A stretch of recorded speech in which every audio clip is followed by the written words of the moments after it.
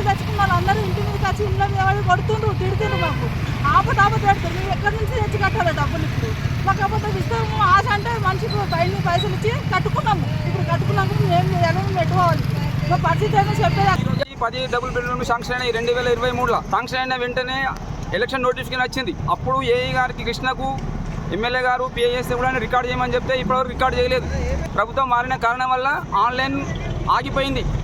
మరి లబ్ధిదారుల బాధ సాధకులు చెప్తే మన శాసనసభ సభ్యులు ఎమ్మెల్యే గారు మన లబ్ధిదారులు ఇంత నష్టపోతున్నా, మరి దానికి నా వంతు కృషి చేసి లబ్ధిదారులకు లబ్ధి చేకూర్చని చెప్పేసి డబుల్ బెడ్రూమ్లు ఆన్లైన్ చెప్పించి లబ్ధిదారుల బాధ తీరిందని వాళ్ళు సంతోషపడ్డారు. ఇక డిఈ గారు ఏఈ గారు ఆన్లైన్ చేసి లైవ్ లొకేషన్లు వచ్చి డిఈ వచ్చిండు, ఏఈ వచ్చిండు.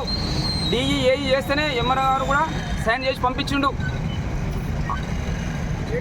డిఈ గారు లైవ్ లొకేషన్కి వస్తే 1,50,000 ఇస్తేనే సోమపేటకి వచ్చి సంతకం పెట్టి పంపించిండు. ఇప్పుడు మళ్ళీ 1,50,000 ఇస్తేనే నేను వచ్చి సోమపేటకు డబుల్ బెడ్రూమ్ రికార్డ్ చేస్తాను అంటుండు.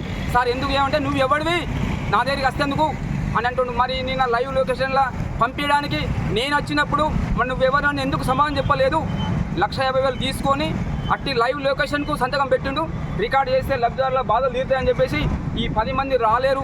గతంలో మా భార్య సర్పంచ్ కాబట్టి నేను లబ్ధిదారుల పక్షాన వచ్చి అయితే అప్పుడు బెనిఫిషియరీ లిస్ట్ అప్రూవ్ అయింది. అప్రూవ్ అయిన తర్వాత మేమేం చేసినామంటే ఎవరైతే బెనిఫిషియరీస్ కట్టుకున్నారో వాళ్ళందరినీ ఇళ్ళన్నీ లాంగిట్యూడ్లో నోట్ క్యామ్లో ఫోటో తీసి ఒక రిజిస్టర్లో పెట్టి అతికించి మనం డివిజన్ ఆఫీస్కి పంపించడం జరిగింది.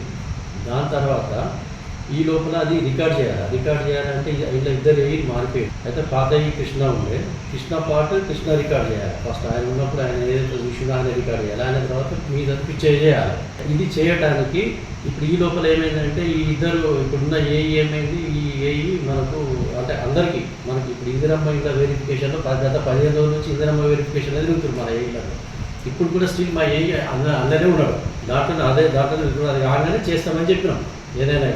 ఇక దానికి వచ్చి ఇక్కడ వచ్చి కూర్చోమని మంచిగా కూర్చున్నాక చేసినాక ఏంది అంటే చెప్తున్నాను ఇట్లా ఉందంటే రేపు ఏఈకి ఫోన్ చేయను, ఏం చేస్తున్నావు ఆఫీసరు అదా ఇది అని చెప్పేసి ఇష్టం వచ్చినట్టు మాట్లాడుతున్నాను. అట్లా మాట్లాడదయ్యా అని అంటే మేము భయాగా మాట్లాడుతున్నావు, నేను నీకు బాగుపడలేదన్నమాట. అంటే ఏమని చెప్పాలి మనం, ఇట్లా ఉంది పరిస్థితి అని చెప్పినాం. ఇది విషయం. ఇంతకు మించి అలా ఇబ్బంది ఎక్కడ మనకు అవసరం లేదు, డబ్బులు అడగాల్సిన అవసరం లేదు. అది శాంక్షన్ వచ్చింది మొన్న పర్మిషన్ మనకి గవర్నమెంట్ నుంచి పర్మిషన్ వచ్చింది 15 days బ్యాక్. కాబట్టి ఇప్పుడు మీకు మా అక్కడ కంప్యూటర్ ఆపరేటర్ ఉంటాడు, ఎప్పుడు వచ్చిందో పర్మిషన్ ఎప్పుడు వచ్చిందో మీకు వినిపిస్తుంది.